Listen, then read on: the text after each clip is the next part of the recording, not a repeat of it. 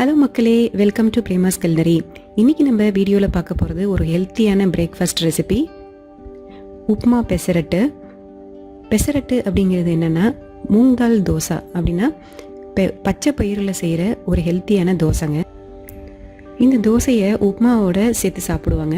இது ஆந்திராவில் ரொம்ப ஃபேமஸான டிஷ்ஷு. வாங்க இது குயிக்காக எப்படி செய்யுதுன்னு வீடியோவில் பார்த்துடலாம். இந்த பெசரட்டு செய்கிறதுக்காக நான் ஒரு கப்பு ஸ்ப்ரவுட்டட் மூங் தால் எடுத்து வச்சுருக்கேன். அதாவது முளை கட்டின பச்சை பயிரை ஒரு கப்பு பச்சை பயிர் எடுத்துங்க. அது தண்ணியில் நல்லா அலசிடுங்க. அலசிட்டு தண்ணியில் 8 மணி நேரம் ஊற வச்சிடணும். இல்லைனா ஓவர் நைட் நம்ம ஊற வைக்கலாம். தண்ணி வடிச்சிட்டு ஒரு டவல்லையோ இல்லை ஒரு டிஃபன் பாக்ஸ்லேயோ போட்டு மூடி வச்சிடலாம். அது ஒரு 3 ஹவர்ஸில் பார்த்தீங்கன்னா மேலே முளை கட்டிடும், அதாவது ஸ்ப்ரவுட் ஆகிடும். இந்த 3 ஹவர்ஸ் கழித்து இந்த பச்சை பயிரை நம்ம தோசைக்கு யூஸ் பண்ணிக்கலாம். ஸ்ப்ரவுட்டட் மூங் தாலில் நிறைய பெனிஃபிட்ஸ் இருக்குங்க. அது நம்மளோட வெயிட் லாஸ்க்கு ரொம்பவே ஹெல்ப் பண்ணும். அது மட்டும் இல்லை, நம்மளோட இம்யூன் சிஸ்டமை பூஸ்ட் பண்ணிவிடும். நம்மளோட கண்ணுக்கு ரொம்ப நல்லது.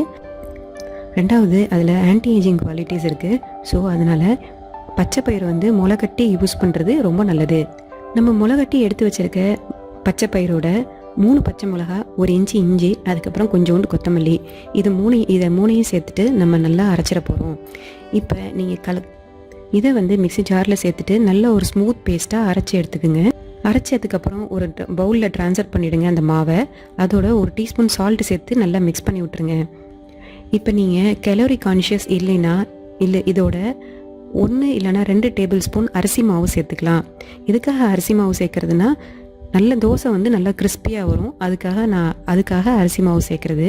அரிசி மாவு சேர்க்காம தோசை செய்கிறது ரொம்ப ஹெல்த்தி. அதனால் நான் இன்றைக்கி அரிசி மாவு சேர்க்கலை. நீங்கள் வேணும்னா அரிசி மாவு சேர்த்துக்குங்க. இந்த தோசை மாவை நம்ம ஃபெர்மெண்ட் பண்ணணும்னு அவசியம் இல்லை. அதாவது இந்த மாவை புளிக்க வைக்கணும்னு அவசியம் இல்லை. இதை டைரெக்டாகவே நம்ம தோசைக்கல்லில் சேர்த்து நம்ம தோசை செஞ்சிடலாம். இப்போ உப்மா பண்ணிவிடுவோம். உப்மா பண்ணதுக்கப்புறம் இந்த தோசையை பண்ணிடலாம். உப்மா பண்ணுறதுக்காக ஒரு பேனில் 1 டீஸ்பூன் தேங்காய் எண்ணெய் சேர்த்துருக்கேன், அதாவது கோகோனட் ஆயில். அதோட 1 டீஸ்பூன் கடுகு சேர்த்துட்டேன். 1/2 டீஸ்பூன் கடலைப்பருப்பு, 1/2 டீஸ்பூன் உளுந்து, ஒரே ஒரு காஞ்ச மிளகாய், இதெல்லாம் சேர்த்துட்டு நல்லா வறுத்துக்குவோம்.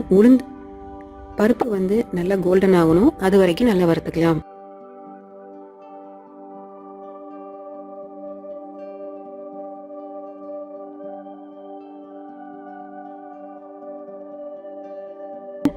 இதோட ஒரு வெங்காயம் நல்லா பொடியாக நறுக்கி இதோட சேர்த்துடலாம். சேர்த்துட்டு நல்லா வதக்கிக்குவோம்.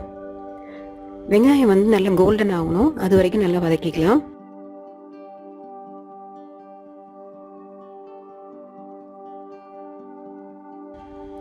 இது வதங்கின அப்புறம் 1/2 கப்பு ரவா சேர்த்துடலாம். ரவாவை இதோட சேர்த்து நல்லா வறுத்துக்கலாம்.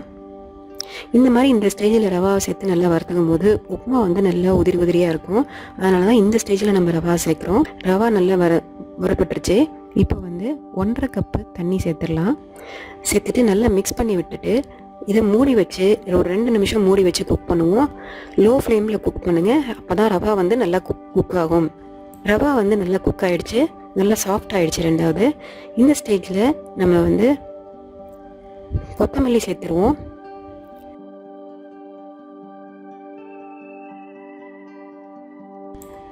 உங்களுக்கு உப்மா இன்னும் டேஸ்டியாக வேணும்னா நீங்கள் இதில் 1 டீஸ்பூன், இந்த ஸ்டேஜில் 1 டீஸ்பூன் கீ சேர்த்துங்க. கீ சேர்க்கும் போது உப்மா இன்னும் டேஸ்டியாக இருக்கும். அதுக்கப்புறம் உப்மா ரெடி ஆகிடுச்சு. இப்போ தோசை பண்ணிடலாம். தோசை தவாவை ஹீட் பண்ணிவிடுவோம். பச்சை பயிர் மாவை நம்ம அதில் சேர்த்துடலாம். சேர்த்து நல்லா ஸ்ப்ரெட் பண்ணி விட்ருவோம். இதில் ஒரு 1/2 டீஸ்பூன் தேங்காய் எண்ணெய் சேர்த்துருக்கேன். நீங்கள் கலோரி கான்ஷியஸ்னால் நீங்கள் தேங்காய் எண்ணெய் சேர்க்க வேணாம், ஜஸ்ட் அப்படியே தோசையை செய்யலாம். கார்னர்ஸ்லாம் கோல்டன் ஆனோன்னா தோசையை திருப்பி போட்டுடலாம். தோசை ரெடி ஆகிடுச்சு. இப்போ தோசை கல்லுலேருந்து எடுத்துடலாம். அரிசி மாவு சேர்த்துருந்தீங்கன்னா மட்டுமே தான் உங்களோட தோசை நல்லா கிறிஸ்பியாக இருக்குங்க. நீங்கள் அரிசி மாவு சேர்க்காம வெறுமன தோசை சுட்டுருந்தீங்கன்னா தோசை கிறிஸ்பியாக இருக்காது. இந்த மாதிரி கொஞ்சம் துணி மாதிரி கொஞ்சம் சாஃப்டாக தான் இருக்கும். ஆனால் அரிசி மாவு சேர்க்காம செய்கிறது ரொம்ப ஹெல்த்தி. இந்த பெசரட்டில் உப்மாவை நடுவில் வச்சு சர்வ் பண்ணலாம். இல்லை, இந்த தோசையை உப்மாவோட சேர்த்து சாம்பாரில் டிப் பண்ணி சாப்பிடும்போது ரொம்ப சூப்பராக இருக்கும். நீங்கள் கலோரி கவுண்ட் பண்ணுறவங்களா இருந்தால் உப்புமா பண்ணிக்காமல் வெறுமனே இந்த தோசை மட்டும் பண்ணி சாம்பார் நிறையா சேர்த்துட்டு வெறுமனே இந்த தோசையோடு சாப்பிட்டு பாருங்கள். ரெண்டாவது, இதை விட ஹெல்த்தியான பிரேக்ஃபாஸ்ட் வேறு எதுவுமே இல்லைங்க. இது ஒரு நல்ல ஒரு ப்ரோட்டீன் லோடட் பிரேக்ஃபாஸ்ட்.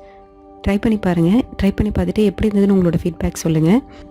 அதுக்கு முன்னாடி இந்த வீடியோ உங்களுக்கு பிடிச்சிருந்ததுன்னா லைக் பண்ணுங்கள், ஷேர் பண்ணுங்கள், கமெண்ட் பண்ணுங்கள், அப்புறம் சேனல் சப்ஸ்கிரைப் பண்ணுங்கள், இன்ஸ்டாகிராமில் ஃபாலோ பண்ணுங்கள். அடுத்த வீடியோவில் நான் உங்களை சந்திக்கிறேன். Until then, bye from Premalata Arvindan. Bye.